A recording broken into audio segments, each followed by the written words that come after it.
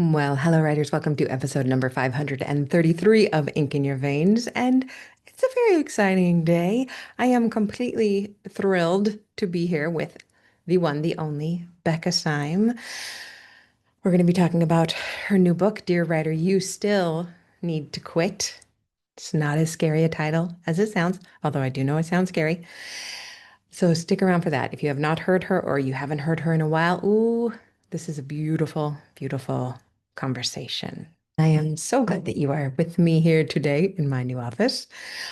You may have just heard some thumps. I don't know what's going on out there. And if you're looking at the YouTube, there's not very much behind me. In fact, I experimented with just putting my backdrop of my office at home behind me to make people feel more comfortable. But we don't need that. Although the backdrop in my office at home is really nice. It's got all of those plants and all of the books. And for those of you who, most of you are listening on the audio, I will describe it to you. There's just a window behind me that has frosted something on it that just looks into the hallway of the place where I am. And behind me there is another desk. I'm at a sitting desk as I'm talking to you. And behind me is a standing desk with a blue tablecloth and a little, I don't know, little box with little drawers that I picked up at the thrift store, and a picture of a painting that a local artist drew of the what do they call it? Boathouse at the beach that I like to swim at the most. And that's about it. There's nothing else. However, I am in my office and I am just so happy with it. I have my fainting couch, my chaise longue, and I have this kind of squishy marshmallow chair that I really like that are over by the windows. And as I am looking out, I can see a couple of plants that I have brought in and a bookcase that really has nothing on it yet, and the building next door and a little bit of green space. And then I can look up into the university on the hill. And this is probably my third day working here. Should be more. No, it was the day before yesterday. I was here at the office and a migraine was coming. And sometimes I can get out of them if I take the right combination of medicines. And other times I just know that it's on the way. And I had ridden my bike here in a rainstorm, which I did not enjoy. I thought, oh, this would be romantic. No, it's not enjoyable. It's really not. So I was soaking wet. Migraine was coming. I was pretty miserable. I had the bike here and I thought, well, I just have to ride it home because that's my lot in life. And then I thought, I don't have to ride it home. I can go down and bring it up in the elevator and tuck it into my office, which I did. And then I took the bus home because the public transport is so great. It was so great. Other ways I could have gotten home, I could have called an Uber. I could have called a taxi. We don't have Lyft here. I could have called Lala and I could have called my sister Bethany. And but actually, the bus was faster than anything. But I looked at my watch and the bus was on the way, and I was home 30 minutes later. And I just feel so lucky and productive. Oh, it is nice to come in here and close the door. I've only had 2 days here, 2 full days where, I actually had lunch and then took a break on one of those reclining places and read my book. But I'm going to do that right after I record this. And it is perhaps the best part of the day. I swear. I love it. Why is this? I just found a screw that is sticking out. Probably shouldn't be sticking out. And since I'm the one who put these desks together, I'm gonna have to fix that. What else has been going on around here? Well, NaNoWriMo. I forgot to even say this last week or the week before, whenever my last episode was. I forgot to say how Nano is going. Nano has been going fantastic. We are doing this like come as you are Nano thing over in Ink Village. People are still, it's November 13th as I am recording this. People are still deciding, hey, I'll do a little Nano. Sure, I'll make a goal for the rest of the month. So it's really come as you are, do what you want. And in fact, I changed my whole goal to something kind of fun. I was writing, I was keeping up. I was doing the 1,667 words a day, which is traditional classic nano. Classic can't go wrong. But I kind of fell off for a couple days, and then I was thinking about this plan that I'd had that two students of mine in 90 days in two different classes in this last session were experimenting with. And This method of writing, it must have a name that people talk about. It's almost skeletoning, but it's not quite. I guess we could call it skeletoning. Uh, but even more than that, it's about chattering to yourself on the page, and I'm calling it the chatter draft. So I'm doing a chatter draft I stopped what I was doing and I backed up and I started again. And my goal is 4 scenes a day till the end of November, and I take weekends off. Just chattered to myself. And when I say chatter, I don't mean dictation because I'm not very good at that. But just on the page, writing some thoughts. Here's some dialogue. Here's some bullet points. Here's some emotional beats. I am trying to keep it to under 500 words per scene. And if I keep this up, by the end of November, I will have the shortest for Rachael first draft ever. But it will kind of be written like I've gone through and I've been thinking things. It's not like an outline. Outlines really trip me up because I need to know what is going to happen in the scenes. I need to know why emotionally this has happened here. And for me, and for many writers, my ideas come when I am writing. But I don't have to be writing well. I can be writing this chatter draft. It's this very open, breezy, literally it will be present tense. She goes here and she does this, and then she does this, and she runs into this person. And then I've got some lines of dialogue. And then I have a question for myself to answer later about, well, what is the actual core problem between these two, name it, and sometimes I'll stop to name it, and then I can go out and decide, okay, put in some blocking, and then they're going to go over here and do this and pick up that, and this will be the problem between them, and then I've got some more dialogue coming in, and then I just leave the scene when I feel like I've kind of got a scene that I could revise into something. And it's pretty delicious because I have to keep stopping myself from expanding. It's on a minute to minute basis. I have to go, oh, no, I'm not doing that. I'm not expanding. And it's so fun to pull myself back from wanting to expand into sentences. I don't know. It's really tickling my fancy. And I will keep you up to date about how this works. I do have in in the Clifton Strengths, I have high futuristic, and that can be problematic sometimes when we have imagined something all the way through, then we feel like we've done it and we don't want to do it again. And that's where outlining has gotten me in trouble in the past.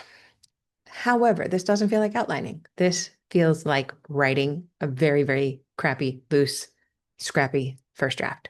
And that is what I love to revise. So I am hopeful that this really fun thing I'm trying will work for me. That's what I'm working on.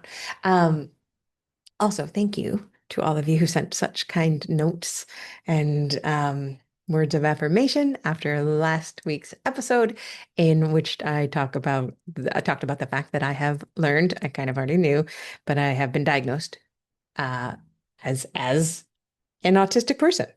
I am autistic, and I am level 1, as they say, with low needs. However, some of those needs sometimes feel high in my head. And I want to thank Lottie, who has been on my show, Lottie Sago, uh, for emailing me and saying, "Ooh, and congratulations, welcome to the club." And also, a lot of us use, I want to get the exact words right. So hold on, I'm going to pull up her email. Here it is. Lottie says beautifully, um, she was saying wonderful things, and then she said also, a lot of autistic people nowadays prefer identity first rather than person first language.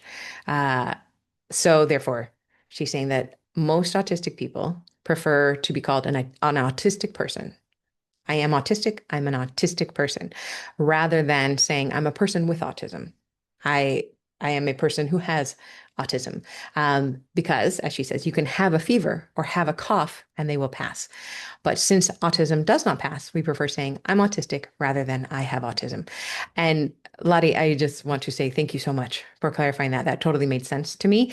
And it is one of those examples where I'd done a minimum amount of research, and not with AI. I had just been doing the ye old Googles, a very cursory search, because and here's the reason I bring it up is my mind was still 5, 10 years ago, as a person with friends whose kids were autistic.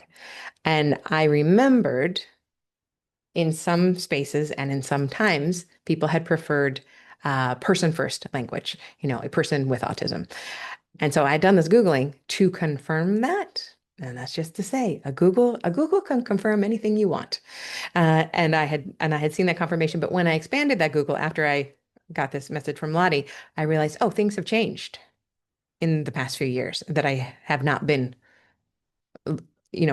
researching or doing a deep dive. And indeed, the vast majority of autistic people, more than 80% of them, according to a couple of studies, prefer the identity first language. So I will be using that. I'll be using that. I'm autistic.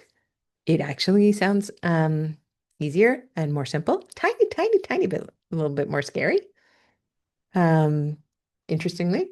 But otherwise, I am good. I am well. I got a couple of concerned emails, and I probably sounded a little bit frantic and freaked out last week. It was all so, so, so new.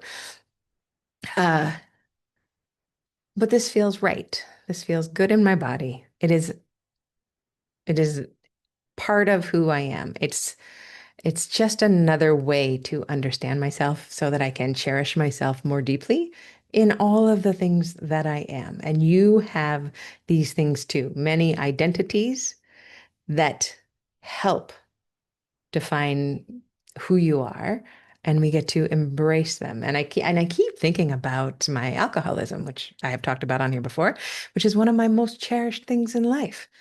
If I had not gotten sober in 2018, I would not be here in this office. I would not be here in this country. I'm sure I would not be with Lala. My life would look very, very different. And I cannot imagine it.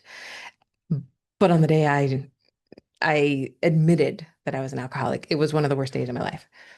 I didn't know how to continue living. And it doesn't feel like that with autism because, I definitely saw it coming and identified with many of the characteristics that I was reading about and learning about. But I also know that surprise goes along with the diagnosis, and then comes the wonder and the joy. And I'm already feeling it. There's a lot of things that I have disliked about myself that I can't quite do like everybody else. And I'm 53 years old, and I've been waiting to catch up and figure out how to do things the right way. Be able to go to the places and hang out with the people and be a certain volume and take in a certain amount of stimulus. And I've never been able to do it without a major crash, or major discomfort. And now I don't have to. Oh my gosh, when I got that migraine the other day and I decided to go home, it was counter to everything I usually ever do. Usually when I can feel a migraine coming, I work harder. I work as hard as I possibly can until the migraine lands, and then I crash out for the minimum amount of time so that I can get back up and continue doing the things. Instead, on Tuesday, I canceled what I needed to do that afternoon. I canceled the stuff I needed to do the next day, and I took the bus home. And I got in bed, and I didn't get out of bed until I felt better. I think it's something about knowing what I need and what I am allowed to have is just so beautiful. So, thank you. Thank you for the notes. Thank you for thinking about me. Lottie, thank you for your email. It was lovely. And I also want to tell you about two things before we jump into the interview with Becca. Today, I want to tell you about two Kickstarters. One is Becca's, and we're going to be talking about that in the interview. And you are going to want to back it. Another one you're going to want to back is Rosie Evelyn's. She was on the show, I can't remember when, maybe 6 months ago or so, but if you Google Rosie Evelyn, or I'll pop it in the show notes, she was on here. And her Kickstarter is brand new. It's her first Kickstarter. It hasn't funded, and it closes in a few days. And I was wondering if maybe we could push it over. Sweets and Spells is a cozy, um, cozy magical mystery. It follows Matilda, who's a water witch and a wildlife photographer who's back home in small town New Zealand after her last wildlife photo shoot went badly wrong. She's teaming up with a handsome stranger to track down a killer and clear her family's name. And you can look at that Kickstarter by going to rachelherron.com/Rosie. rachelherron.com/Rosie. Let's get her over the goal. She is So great, such a lovely writer.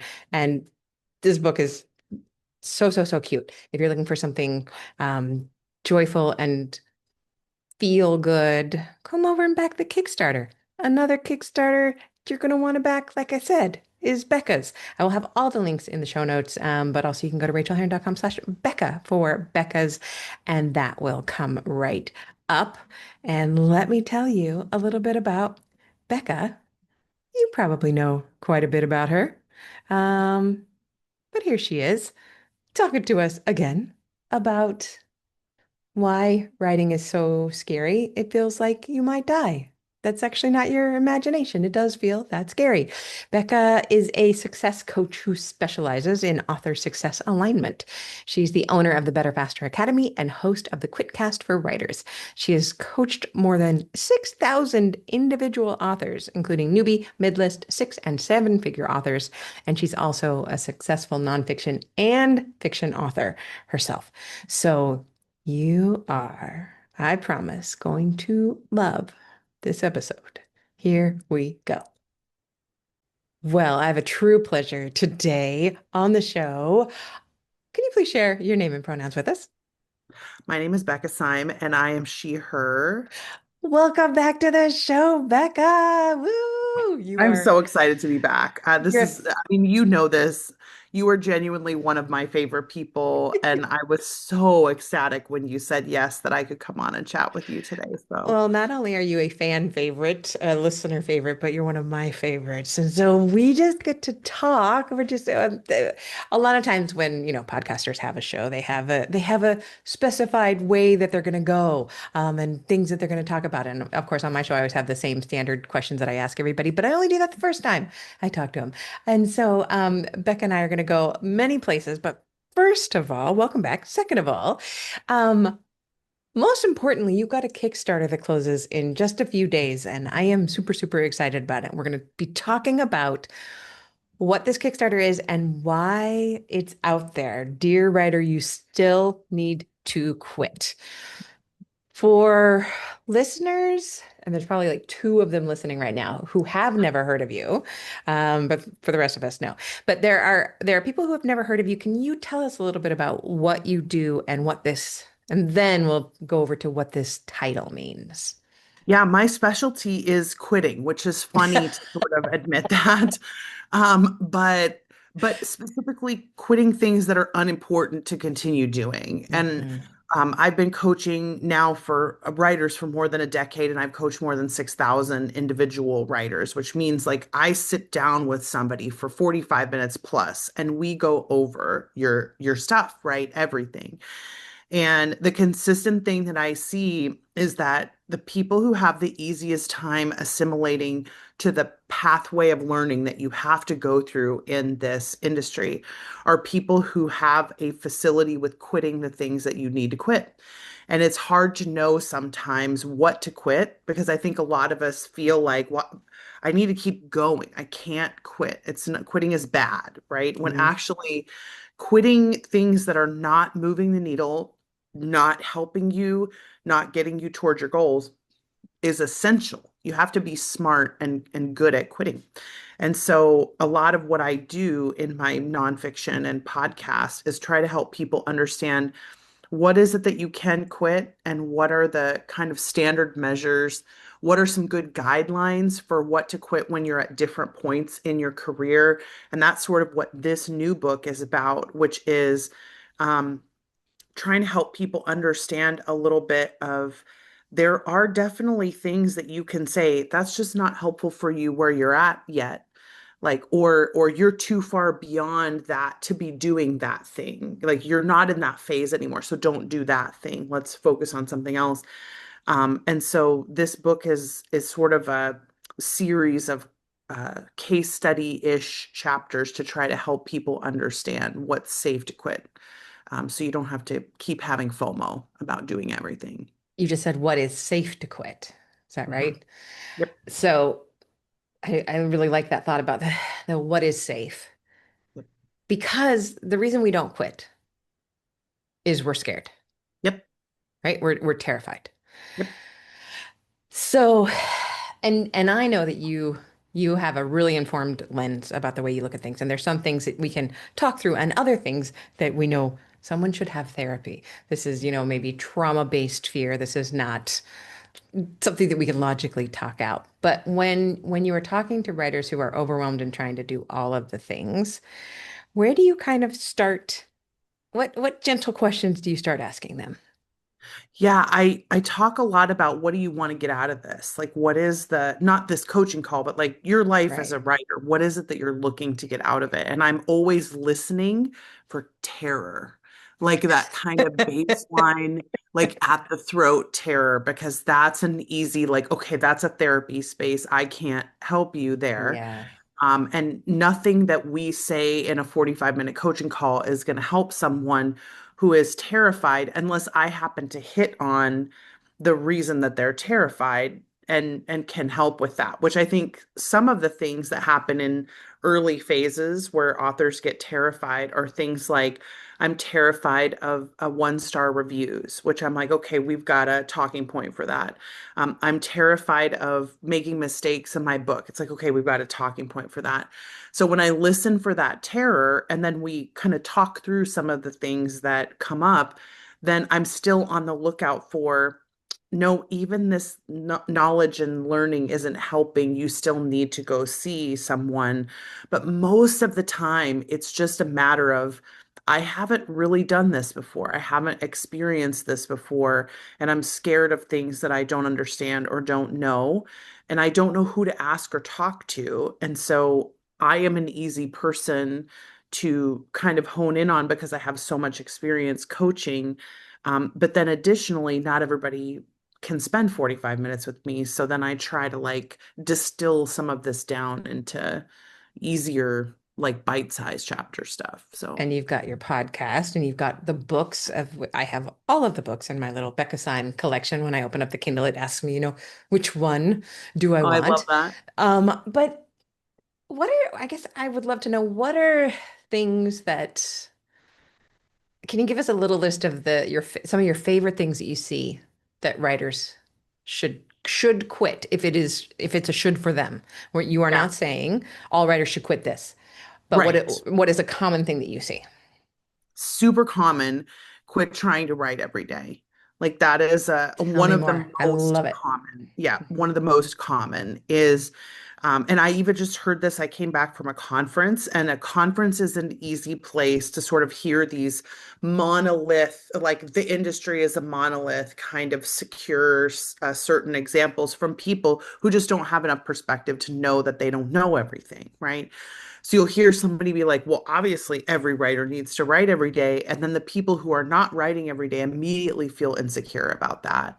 Hmm. And so they come home and they're like, well, I got to write every day. And I would look at their strengths and say, wait a minute, there are a couple of things I see here that would make me wonder, like, do you do this and do you do this? And if they say yes, then I'll say, yeah, you're not a write everyday person. You could still, if you wanted to, like if you are so caught at the throat by that feeling of like, I can't not write every day, it's not diligent or whatever, you could try opening your manuscript every day as a practice, as a discipline, and ask, can I write the next sentence? Because that's the big question. When you are not a write everyday person, it's that it often takes you a day or two to figure out where you're going next when you finish. Hmm. So if you leave the manuscript and you don't know what the next sentence is, and then you open it the next day and you don't know what the next sentence is, trying to write is useless. You got to figure out why you don't know what the next sentence is. And then you can write it once you know what it is. But I think, again, something like you have to write every day is one. You have to be on social media, or you have to be on TikTok, or you have to be on whatever platform because of your genre. Like, like because you're in X genre, well, you have to be in this place, or because you Hmm. write romance, you have to be on social media. And that's just not true. Social media is so saturated that if you are not seeing results with your social media use, like if you're saying, I don't know how to tell whether what I'm doing is making a difference or not. That's not making a difference. That Because that that right there blew my mind the first time I ever heard you say that. And I think I was taking your intuitive marketing class, which is still one of my favorite things that I've ever taken from you. And you basically said, look, if you're putting money in something like a Facebook ad, Amazon ad, whatever it is, and you can't tell if it's working, then it's not working. it's not working. Period. And, and that is It's so such an easy. indicator.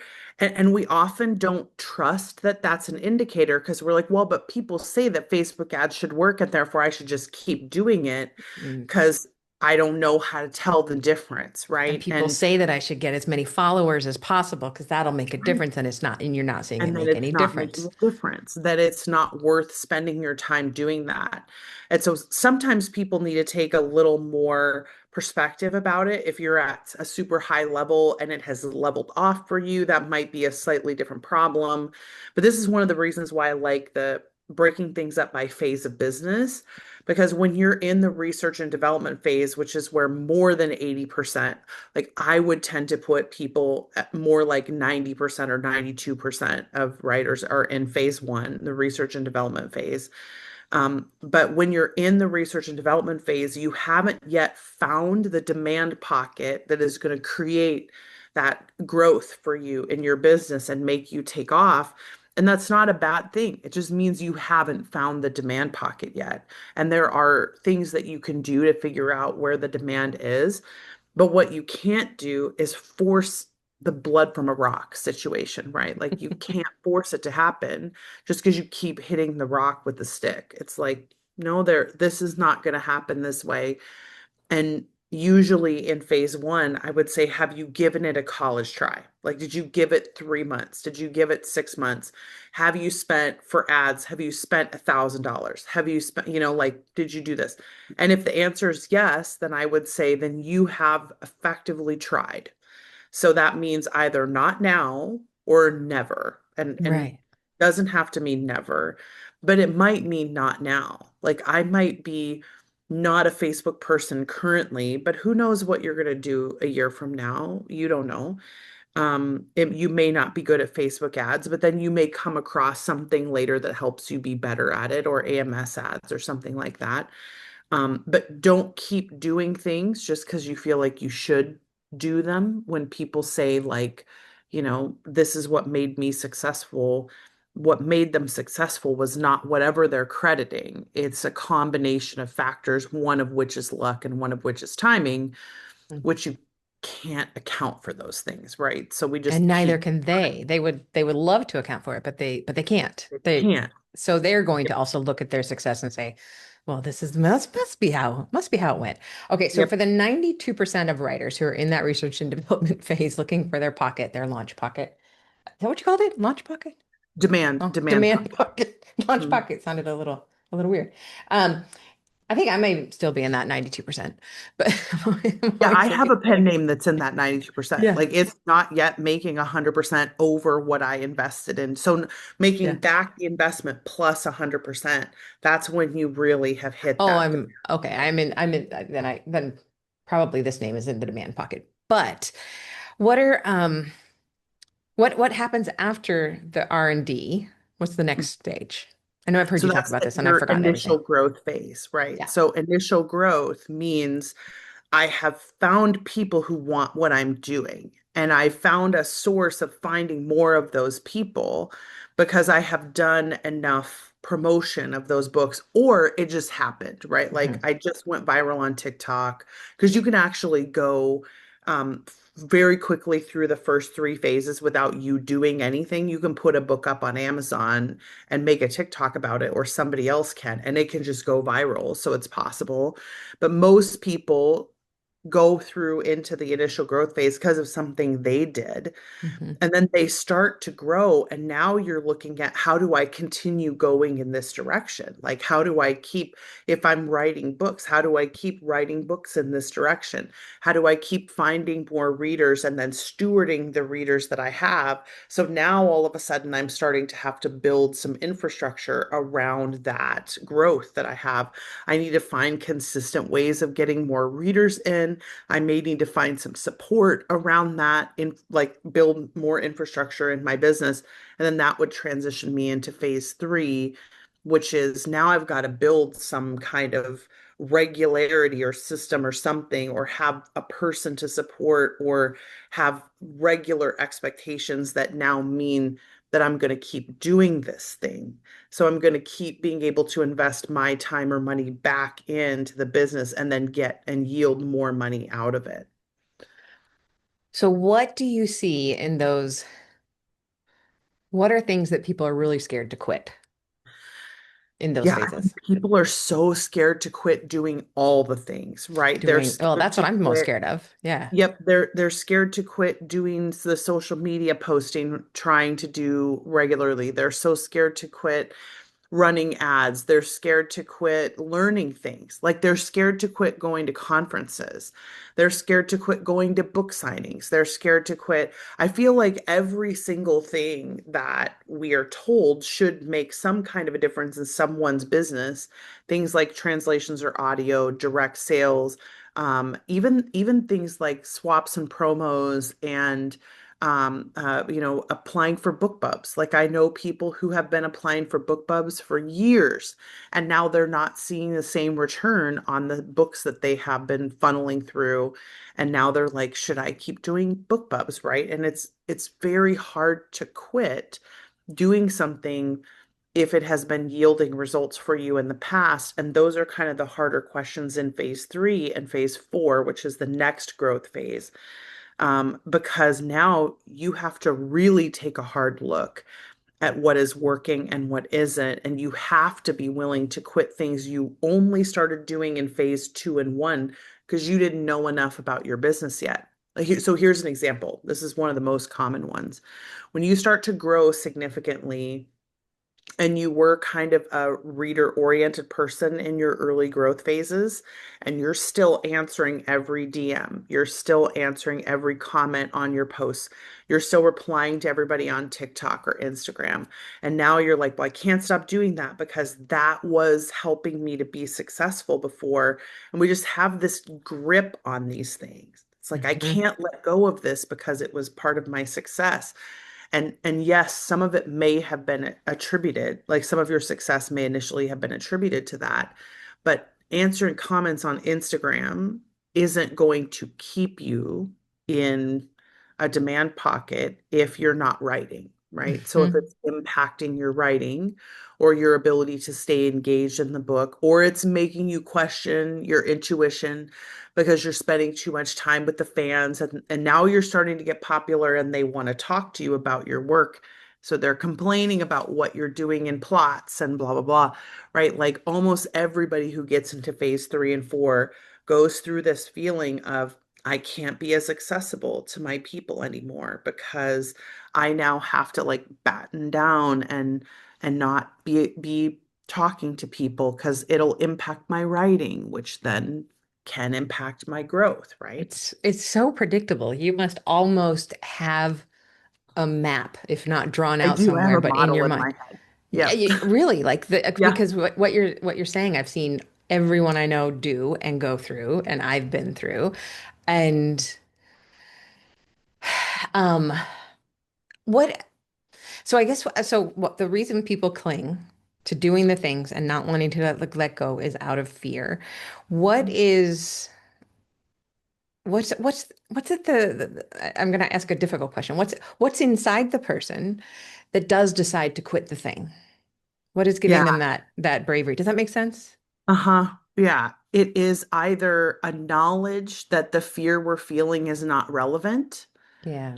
So like if I feel like, let's say you and I haven't met before and we're meeting for the first time. This is a common one that comes up, right?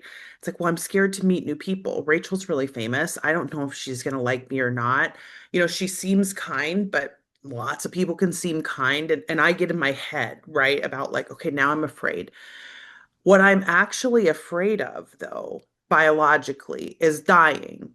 I'm afraid of dying because when I was a child, I was uh, excluded from my friend group. I was Hmm. basically like cut out of my friend group at 13 years old and left with no one. And I remember the feeling of that day. And I remember feeling like I might die from that, right? So then my whole physical body is trying to protect me from ever feeling that level of exclusion again and that level of rejection again. But it doesn't know that that isn't going to kill me. Like it doesn't understand that that's actually not the danger that I think it is, It's right? doing this really sweet thing of trying to protect you. Protect you. It's a Yep. generous motive that it And has. it is self-preservation, right? So like it makes sense that it would do this. But what it doesn't know is like, okay, so if Rachel doesn't like me, it will be uncomfortable for us to talk for 30 minutes. And then we will both go our separate ways. And it may have a negative impact on me, but also it will not do the thing that I'm afraid it will do, Mhm. which is I'm afraid my body is afraid that I will die from it. And so the people who are willing to quit understand that so much of fear is wrapped up in our biological processes in a way that we are not conscious of. We don't have any control over. We couldn't change it if we wanted to. So a lot of people who are comfortable quitting have that ability to sort of quiet that physical, biological fear in some way. They're either more secure, like naturally, or they don't have some of the past experiences that people who have that fear that hold on to it would have. But the other thing that is so consistent is what the people have that allow themselves to quit is experience. Like it is essentially a veteran perspective, right? So the Yep. more you Yep. like, and Rachel, you even said this, right? You're like, oh, it's like there's a pattern here. Like I see this happen to all of my friends. And I'm like, yes, this is literally so when I do the slides, right? We have this Yeah. workshop for the business phases workshop. And when I do the slides for the workshop, it's like, okay, the questions that you will have to answer in phase three are is it going to kill me to not listen, to not talk to all of my readers? Like that's literally one of the questions, right? Because Hmm. we all have to kind of go through that. Once we get popular enough that we now have too many people who want to talk to us, then it's necessary for us to answer that question. So every single author goes through this phase of business growth in the same exact way in terms of like we all have to sort of answer the same process questions. But because so many of us, when we get to that space, are now also seasoned and experienced, and we're maybe teaching, some of us are teaching at that point. We're not necessarily conscious of what's happening with everybody else. We're very busy. But Becca, who coaches everybody, is like, oh yeah, this is normal. This is just the five phases of business, which by the way is a not something I came up with. Like it's a model that exists in industrial psychology Oh, and organizational psychology that interesting. I learned as part of my master's program that many people learn in their MBAs or if they're in IO Psych. So it's not, I didn't notice it. It's something that actually exists in like all businesses Wow. function in this way. It's just that translating it into the author world requires kind of a nuanced understanding of what happens in those different phases with writers. And so that's what I'm attempting to sort of do in some of this work. I think that's perfect because I think what we do as writers is it often feels so heightened and so fraught because we are not making cookies that somebody can say, well, I really hate macadamia nuts. Screw you, I'm out. Yep. It's not the same thing as me handing you my heart and you Yeah. saying, that sucks. You suck. I hate your heart. You know, that's, and it's just so terrifying. Um, but I love what you say about this experience of knowing that your fear is not relevant. And I wonder if it ties back to just one of um, those exercises that we do as writers, which is a lot of the time as writers, we think, oh, how I feel right now is not that relevant. I'm going to sit down and do a little bit of work. Do I know the next sentence? And I'm going to do it. Oh, I didn't want to write. Now I'm writing. It's going pretty well. Day's over. I guess that didn't kill me either because I do feel like I sometimes see newer writers who are like, well, I can't write today. And they say, because I just can't. But I can see in them, oh, you think you're going to die. Yeah. I, does fear always come down to this fear of dying? Oh, 100%. It's why, so there's this really excellent episode of a podcast I heard once called the Mark Groves podcast that Sarah Baldwin was I on. love Sarah Baldwin, by the way. She's I have, amazing. Yeah. yeah, I'm in. Yeah, she's so smart. Hmm. But she talks about how it's like episode 324, I think, of Mark Groves.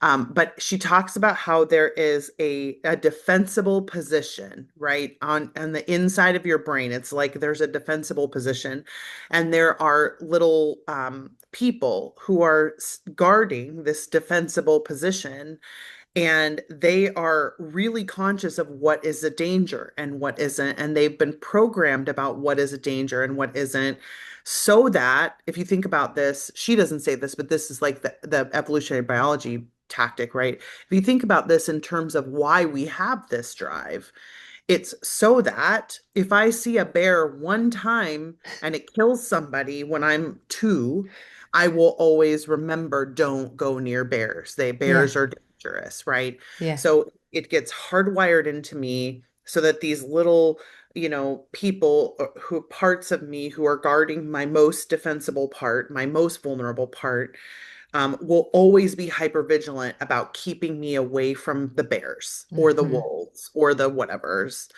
And the problem is when that kind of defensibility and vulnerability gets tied up in things like rejection and fear of failure and fear of success and like the tall poppy syndrome type of stuff Hmm. too, right? It in imposter syndrome, things like that.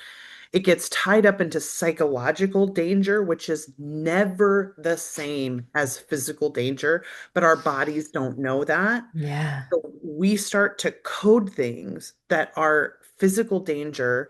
We start or psychological danger as physical danger. And our body is like, great, we never can allow that to happen with the same veracity that it is about bears. It's like, be very afraid of bears. Okay, so be very afraid of your inbox.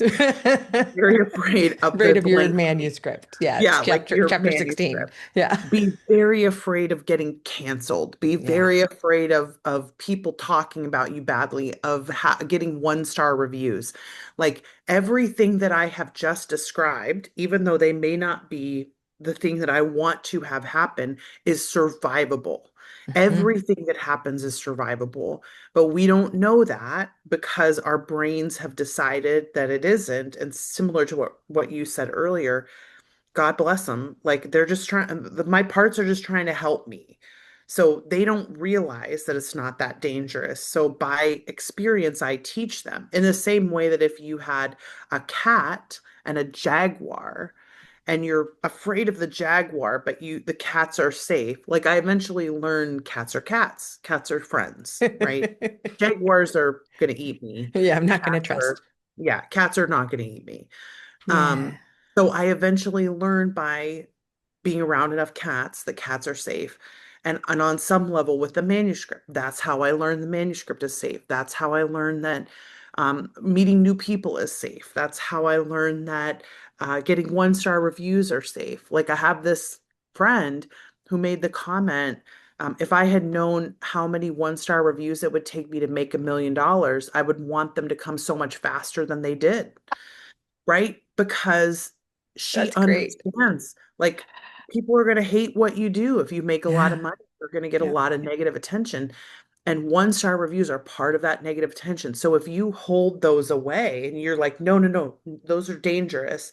It's like, well, but there's money behind all of those. So like Hmm. maybe let's get used to the one-star reviews being not as dangerous as we think they are. But it sometimes takes experience. That's I the don't know. veteran.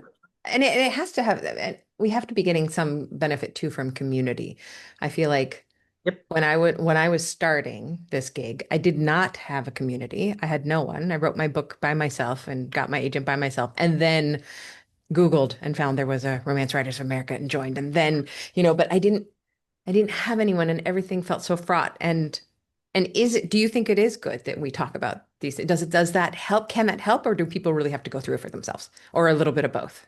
Sometimes you have to go through it Yeah. because you are that scared, right? Yeah. It is so heightened that there's just no other way, but you're going to have to expose yourself to it.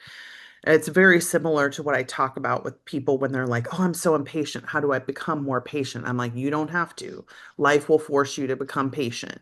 You don't have to teach yourself to be patient. You just have to be alive. Like, we'll make it happen, right? Because your So impatience will not make anything happen faster. it won't. So it's It's just not helping. So you're still going to have to be patient ultimately. right, right.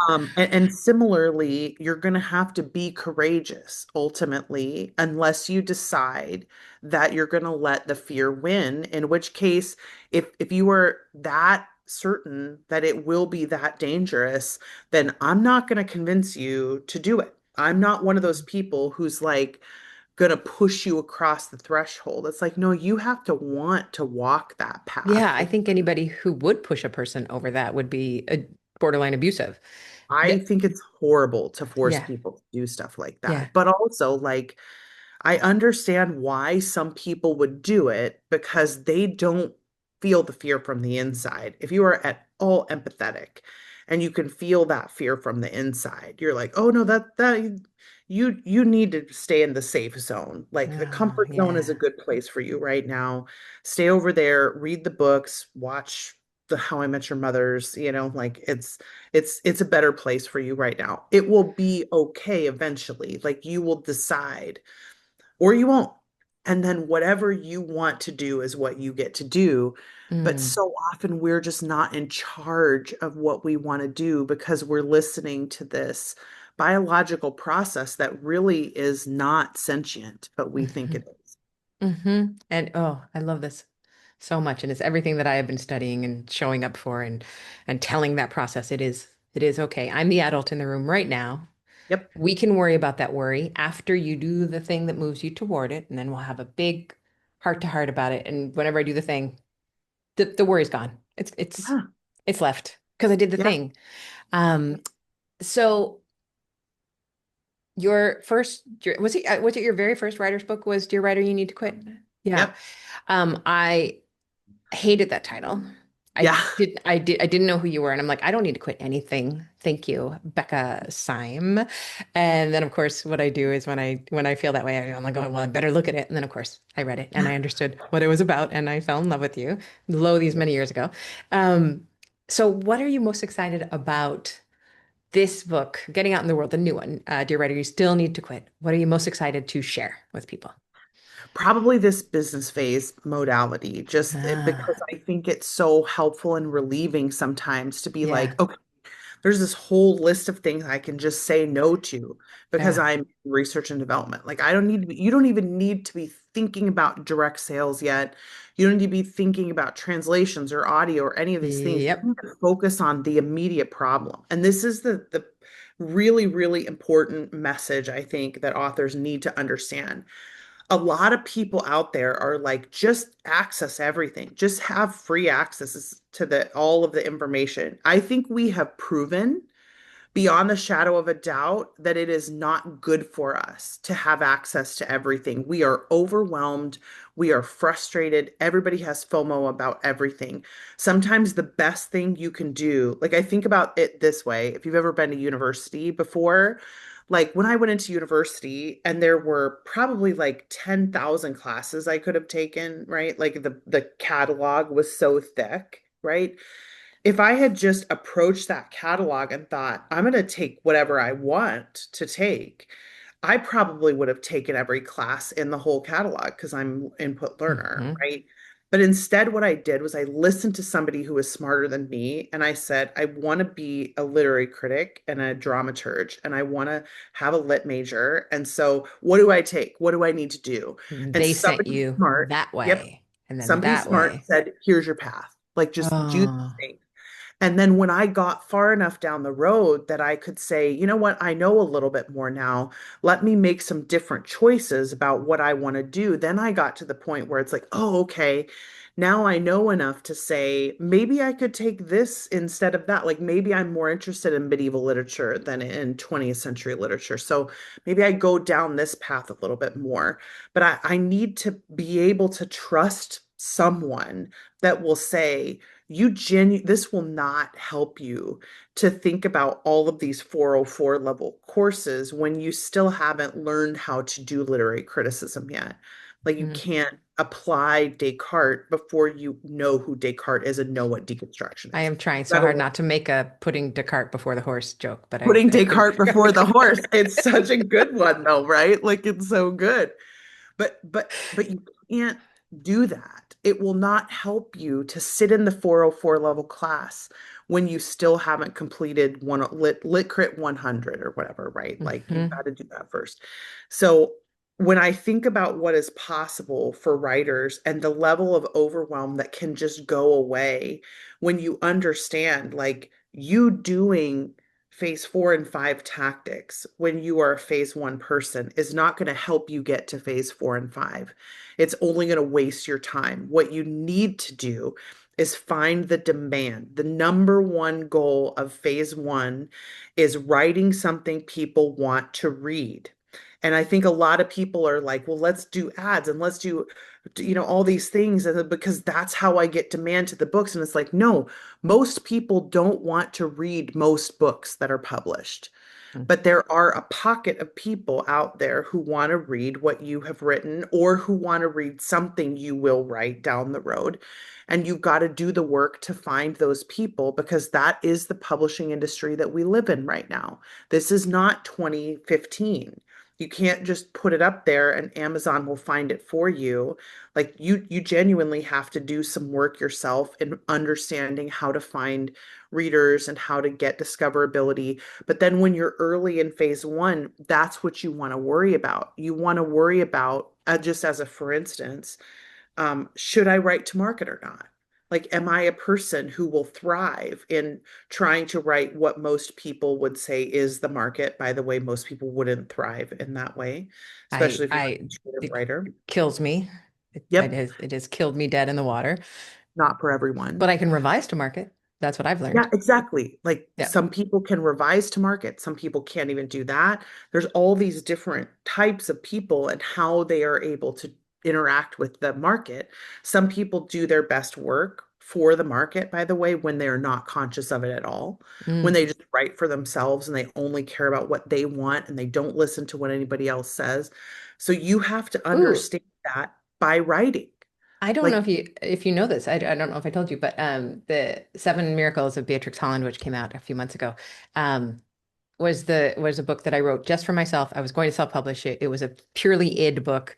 It was just for fun, and then I gave it to my agent. But it was my first book to hit the USA Today bestseller. And yay! that's is Send me that exactly, book. I I think love that cover. it's just, oh, thank you. And that was just pure intuition to market. Yep, exactly. Like you wrote for yourself, and this is the Mhm. key, right? Like you are a reader. You like books. It is no shock that when you write for yourself that you would write something that other readers happen to also love. It's Mhm. not a Mhm. surprise, right? Because you are a reader. Like, and Mhm. so if you are a reader, sometimes you write for yourself and you do better than you would have ever done if you had tried to write for the market. But these are all things we have to figure out early in the career. Like we have to understand, what type of writer am I? Do I function best in this way?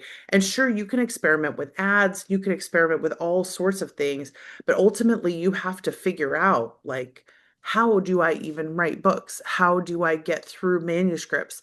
How do I go out and put my books in the world? How do I begin to market things?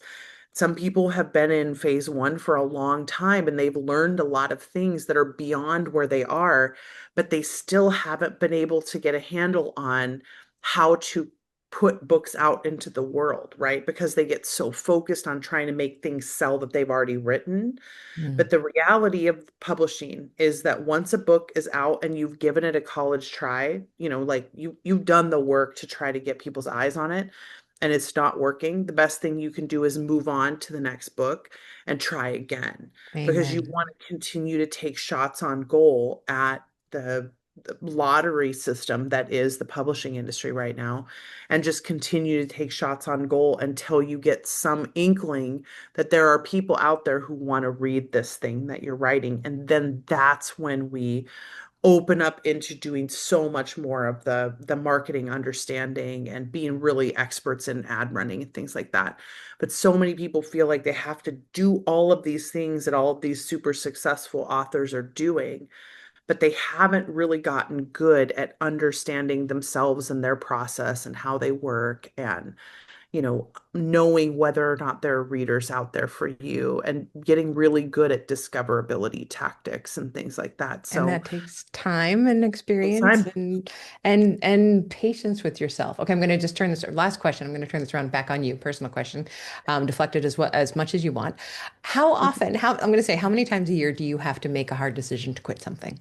Oh, all the time. I mean, Me like too. every time I go to a conference, sometimes every time I even just listen to a workshop or a podcast, I'm like, oh, that's cool. Let me try that. Because again, like I'm high activator in the Clifton Strengths, I'm high input and learner. So activators want to catalyze stuff, right? Inputs and learners want to know everything and take everything in, and especially in environments like workshops and podcasts. So I feel like I have to quit stuff constantly because I'm always so excited about trying stuff. But I also feel like I have become really comfortable with the fact that not everything is meant to be finished. So Yes. I quit books. If I start writing them and they are not the book for me to finish, I quit workshops and classes. I quit reading. I quit movies. I quit, everything, Television shows. Yes. television Yes. shows, tactics, everything. I quit things because I don't want to waste my time doing things that aren't yielding anything for me. Like I have a little bit of a religious background, so I use the bear fruit, like a lot, where I The think bear about fruit? bearing fruit, not Bearing bear fruit. fruit, Bear fruit. but I was like like barefoot, bearing but bear fruit fruit. like a Okay, bearing tree. fruit. Yeah, yeah, yeah. Yeah. Yeah, and it's funny because my parents live in Arizona and they had this lemon tree in their yard, and I got so excited that I'm like, "Oh my gosh, you guys have this lemon tree. I can't wait to have lemons." And my mom was like, "Well, it doesn't bear any fruit." And like there's no fruit on the tree because it wasn't well taken care of. And so like it hasn't been Oh. shepherded effectively. It hasn't been pruned effectively. It just was sort of sitting there, and nobody was taking care of it, and now it doesn't yield fruit anymore, so they took it out. And I was so sad because their neighbors have this big orange tree and we get oranges off it all the time. And I get so excited for the fruit. I'm like, man, we could have had this lemon tree. But I always think about our careers as authors as being much more like trees than they are like, machines or, whatever. Mm. It's I have to treat myself and this career like it's a living thing, and I have to give it things that feed it, and I have to prune it sometimes. Like I have to cut stuff off if it doesn't appear to be doing the right thing. It might be diseased and I might need to give it some medicine. I might need to let it rest if I any of you love are this. here, right? Like I think Yeah. of my career like a physical thing, and it helps me to be like, oh, this is a pruning action. Oh, that's a growing action. This is watering. Oh, I'm feeding it. Oh, I'm letting it rest. Like this is the sun. That's like I feel like Mm. having that metaphor for how I interact with my career helps me to not think of it as like a success or a failure. Because if you wanted to, you could bring the fruit back on the lemon tree. Like it would take you a couple of years. You'd have to be really good at figuring out what the tree needed and how to prune it and cut it away and do all these things, but you could bring it back. Like I don't know if you are an orchid person at all. Do I you like am orchids? I do love an orchid and I've never managed to bring one back. Yeah, I was Ever. gonna say that Ever. my the guy that I'm dating is really, really into plants, and he was telling me about how his mom used to buy these orchids at the store, and they would all the flowers would fall off like they do. And most people will throw those orchids away because they're like, oh, this is, the flowers all fell off. It's useless. It's not going to flower anymore. But she would keep these orchids in her, and she would just keep treating them like they were going to bear fruit at some time, like they were going to the buds were going to come back. And it might take 2 or 3 or 4 or 5 years for it to get to that place. But if you do the work to care for it and you just continue believing that those flowers are going to come back, like it's a growing thing, it wants to do its job. Hmm. So she would be able to bring these things back where most people would have been like, oh, this is just useless. But for me, I see my career in that way. Like sometimes it's going to have flowers on it and sometimes it's not. Sometimes I'm going to be able to pick lemons off that tree and sometimes I can't. None of it is a failure. It's all just part of the growing cycle, like part of the circle of life. And And I that, can, oh, sorry. no, go ahead. Oh, and the pruning part I really love because that is the quitting. That's the That's the quitting. quitting. And the pruning is always, if people are gardeners, when you prune it, you always have the thought, oh no, I screwed this up. I absolutely killed it. It's never going to come back. When you prune a rose, when you prune a wisteria, it looks like you have, it was already dead and now you've made it deader than dead and it's all Yeah. your fault. And Yep. that's what it feels like to quit sometimes. Yep. Yep. But if you But understand the it's plant, yeah, it's right? the only way they can be really healthy and come back with It's the all of only the way to get it to be flowers. healthy. You have to get rid of all the stuff that was dead. Like Hmm. you have to get rid of the stuff that wasn't yielding anything so that the stuff that is growing can get all of the energy. So that the Hmm. sun and all the water and all the whatever can get into those places and help it start to grow again. And I really wish that authors would understand that patience is the most valuable asset that we have in the way that we grow our author career. And when we think things have to happen too quickly, or they're not happening fast enough, or I'm going to miss my shot, or, whatever, it's like, no, the veteran perspective is everything comes back, even things that appear to be dying, even things that appear to be languishing. If you prune it correctly, if you take care of it, if you let it rest, if you give it what it needs, everything can come back. Like there is no such thing as a hopelessness in this career. And I Hmm. think we're all going to have to face that at some Hmm. point in the next decade. And I think it's important for us to have this memory of like what the plant is that we are growing and that there's never a hopelessness to this unless we choose that we're done, And that's right? fine too. That's fine too. We can choose to quit something and let it go. Like Yep. me with the orchid, I'm gonna quit that. But other Yes. house plants, I will work on forever.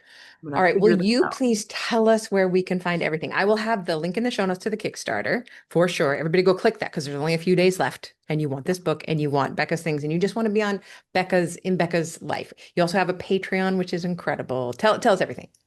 Yeah, so if you go to betterfasteracademy.com/links, that's the easiest place to find everything. You can get the Patreon, the YouTube channel and podcast, the Kickstarter, the courses that we teach, the coaching, everything is available from that site. Also, if you've taken the strengths test before and you want to go deeper into the strengths, our videos on the individual strengths are on that particular link as well.